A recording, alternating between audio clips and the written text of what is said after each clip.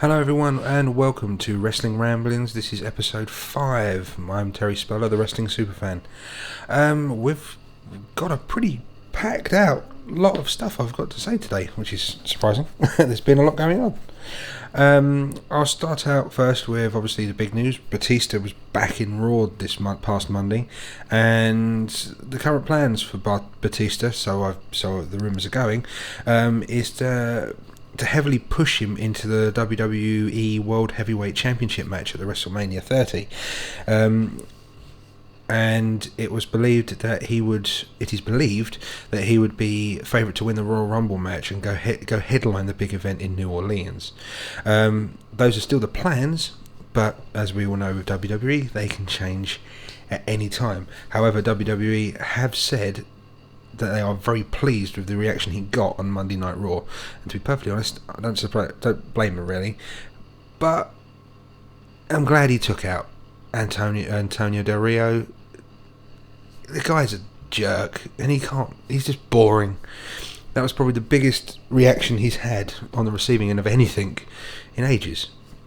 Anyway, what else is there? Oh yeah, it's been reported that CM Punk's latest contract is set to expire in July, and that WWE plan on getting everything out of him in case he decides not to renew his contract, which he's kind of done before, and I think he's going to bring him right down to the wire again and try and negotiate the best contract he can get.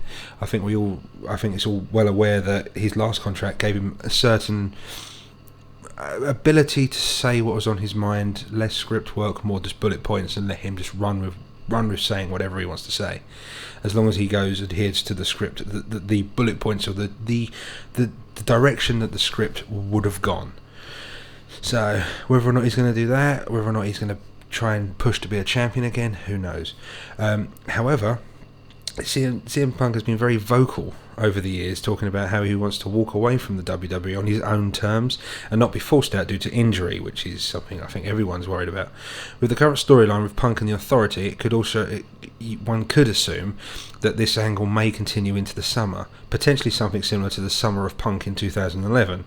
If CM Punk does not sign a new contract, WWE Payback could be the last pay-per-view that he will be on for WWE.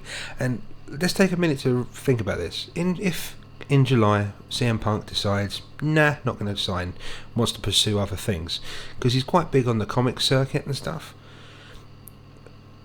WWE is going to be a heck of a lot worse off without CM Punk in there. CM Punk and Daniel Bryan keep the whole thing fresh and entertaining, I think. And if people like CM Punk leave, that's losing I believe the internet wrestling community will have a field day with this, but more importantly, WWE might even lose a bit of credibility by losing someone like CM Punk, because CM Punk made it fresh again. There is always that element of not knowing quite what's going to come out of CM Punk's mouth at any given time. He's got that kind of aura about him that you don't know if he's just going to drop the mic and walk away, or stop what he's doing halfway through a match and just go, not going to do it, and walk off. There is that element of suspense that he could do anything and get away with it, and I think that's what draws people in. Plus also the guy is a huge wrestling fan, on top of being a brilliant wrestler. You can see that by the fact that in his matches he pulls out moves that if you're a fan you would understand, like and anyone who pulls, like I think he was in Montreal or something, and he did Bret Hart elbow off the second rope. He just did punches, and he was basically mimicking certain moves of the Hitman. And to be honest, anyone who does a elbow drop off the top rope and does it in the style and way of Macho Man Randy Savage, my personal hero, then the guy wins every time for me.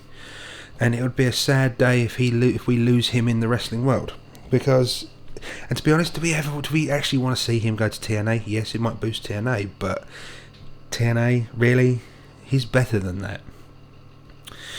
In another news, I just found this randomly on the internet, and I just thought I'd share it with you. Hulk Hogan tweeted this a couple of days ago or today. I didn't actually check the date, but it says, "Okay, midlife crisis. I'm getting started. I'll throw the pythons or the 30-inch pythons up against any man, woman, or beast, any day, any time. 2014 is the Hogan year. What the actual fuck? Really? You all heard my rant about this in episode 1. Hulk Hogan really and truly should not be wrestling. And if any of us believe that he's going to get back in the ring and do any kind of wrestling,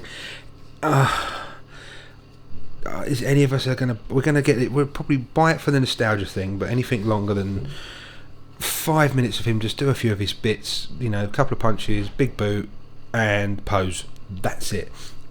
He can't do anything else, and to be honest, do we actually want to see him do anything else? Because if he does, we're all sitting there worried at any moment they're going to throw the cross up and he's going to be injured. So who knows? I found this as well. The reason for anyone who's a wrestling fan and likes WWE at the moment, obviously everyone was a huge fan of Dolph Ziggler, and people still are, but it was a lot of confusion and stuff of why exactly Dolph Ziggler, his push ended. Because at one point we were all rooting for him, we were all determined for him to win that cash in the Money in the Bank, and he did against the boring Alberto Del Rio, and it was great, but we all kind of realised that he would probably lose it instantly anyway, but we still were behind him and we wanted him to win. He was a cool heel. Now he's a face / heel / God knows what. But the reason it was stopped could be something to do with something he had said. And it was an interview quite a while ago, apparently, and he said this. He said, everybody can be just so outspoken about taller guys, and guys like Randy Orton being the face of WWE. He is the WWE champion. I dare you to put me in a back alley with Randy Orton or someone like that. I guarantee I'm not afraid of someone taller. Now, I might be reading this wrong, but to me, he isn't dissing Randy Orton. He's not having a gut pop at Randy Orton. He's just stating the fact that the guy was a WWE champion. Ziggler feels that he's could be on the same level. Plus also the fact that Randy Orton is a taller guy. Not a bigger star, just a taller guy. Now, why is that bad enough to stop the guy's push? I didn't hear anything bad in that. He was just stating that Orton is taller, that's it. And it's irritating because Orton has been known to do it again. We all know what happened with him and Anderson. He had a match with Anderson, didn't like something Anderson did, and Orton slayed him down to the ground, in which case Anderson then got fired. At the time, Ken Kennedy. But it made me think, and don't you hate it when you think you're saying something nice and giving someone or something praise for doing something that you think is quite good, and for whatever reason, they get shitty and nasty at you. It's like, grow the fuck up. All I'm saying, I'm trying to be nice and say something to you, and you're getting arsey for no reason. Have you heard something in there that shouldn't have been there? I don't know. It's hard not to turn around and say, you really are actually crap. And what you do is dull, boring, seen it before, and copied from better. And copied from people and things that are better than you. So, for people like that and Orton who read between the lines and see things that ain't there and get shitty when someone isn't really dissing you, take a long walk off a short pier, because it is silly. Grow up. Really? I mean, Orton needs to grow up. And it's just... it's one of my bugbears. You try and be nice to someone, say something nice, and it backfires, and they seem to read, between the lines and think you're saying something nasty, and they get shitty and throw things in your face and just generally get nasty. And to me, that just shows a sign of a very insecure, potentially dick-ish people and person. So people like that, no time for, don't like them, go away. And if I met Orton or anyone who I know does that sort of thing, I might, for people like Orton, I might be an exception. I might, you do that whole star thing of go, hey, I respect the fact that you got to there. Anyone else though, especially in the indie circuit, if you diss people for doing absolutely nothing but trying to praise you, screw you, your company will probably fold. You probably won't wrestle for much longer. You might not manage for much longer. You may not promote, book, drive a car, get a taxi. I don't know. Whatever it is in life that you do, it probably won't be for much longer if you're that insecure a person. So there you go. That's my 2 cents on that. So anyway, so yeah, that's some stuff I want to talk about for WWE. I won't mention TNA because, to be perfectly honest, there's not really much to say about TNA at the moment. Dixie Carter's a prat.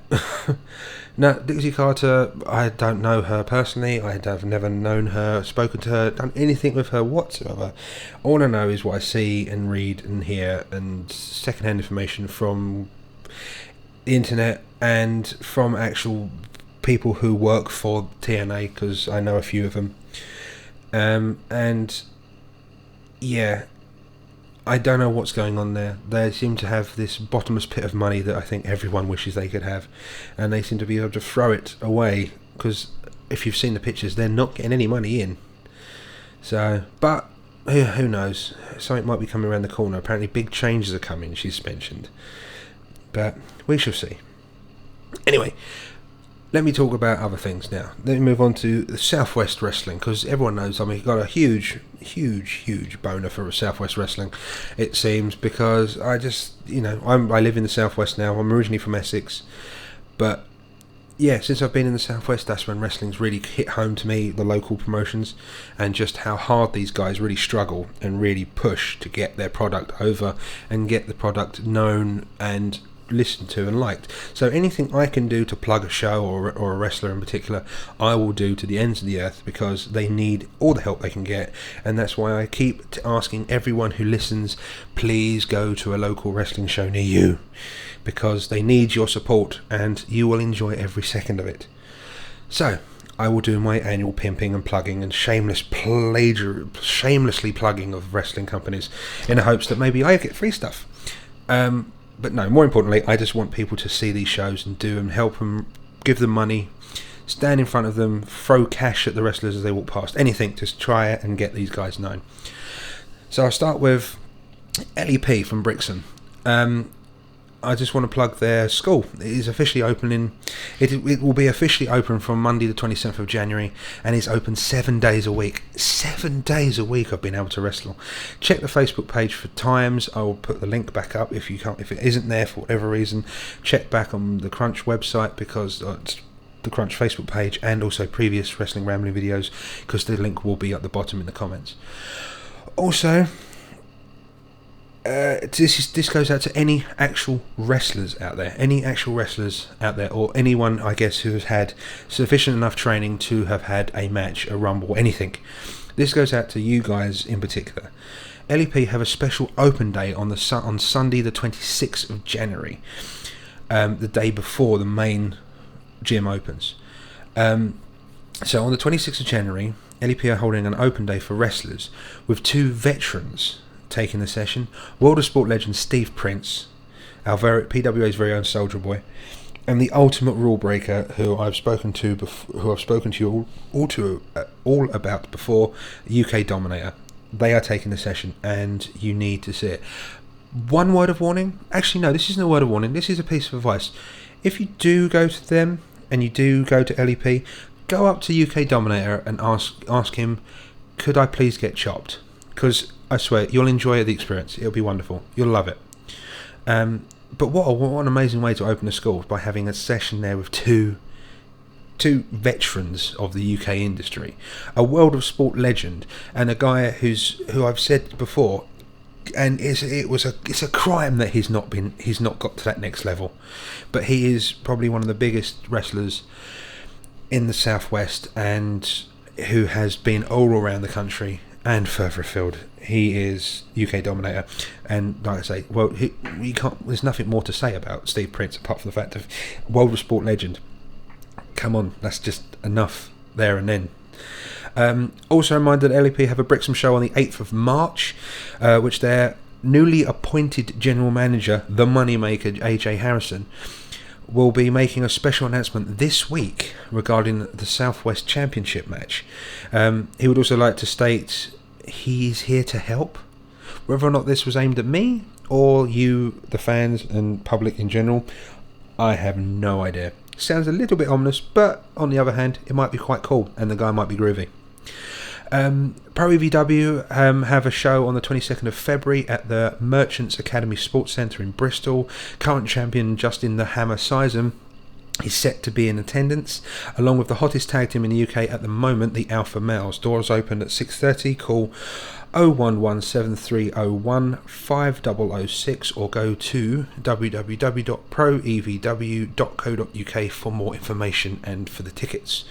There you go. Those are the big things I wanted to pimp out. On a personal note, it's only a few weeks till February 9th. Hang on, let me just double check the time. I don't want to get this wrong. Yes, February 9th is PWA UK, Plymouth Wrestling Alliance UK's first show of the year.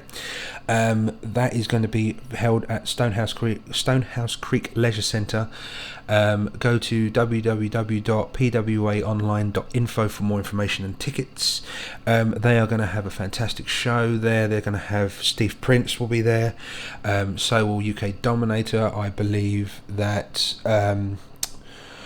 who else is going to be? Eddie Ryan will be there. And like I said to you before, there is going to be that epic and bound to be awesome match, clash. Just, it's going to be brutal. I can just see it's going to be brutal. Brother versus brother. The current PWA champion, Chris Marvel, or as I like to refer to him, the wrestler formerly known as Mark Walsh, will go up against his brother, Danny Walsh, for the championship. It's going to be intense. This is brother against brother, and Chris Marvel has been a complete and utter douche to Danny Walsh and to PWA in general, really. Not only did he essentially steal the title from not only Eddie Ryan, but his brother Danny Walsh is just the guy needs to be taken down a peg, and if anyone's going to do it, it's going to be Danny Walsh. It's got to be. And yeah, if Danny Walsh doesn't win, God knows where it's going to go from there. It's just going to be an epic match. And like I say, brother versus brother. These guys were a tag team, pretty marvellous, who were, again, they were essentially what the name says, pretty marvellous as a tag team. So them facing each other is going to be, these guys know each other inside and out. Brother versus brother, not just tag team partners. So I can't plug it enough. It's going to be a fucking amazing match. So yeah, that's February 9th at the Stonehouse Creek Leisure Centre. Please be there. And also, I'm doing the MC. So you'll have my ugly mug in the ring, doing the ring announcing. So yeah, that's all. It's all good. Anyway, this has been Wrestling Ramblings, episode 5. I hope you've all enjoyed it, and I hope to speak to you all again next week for the next show. Until then, bye bye.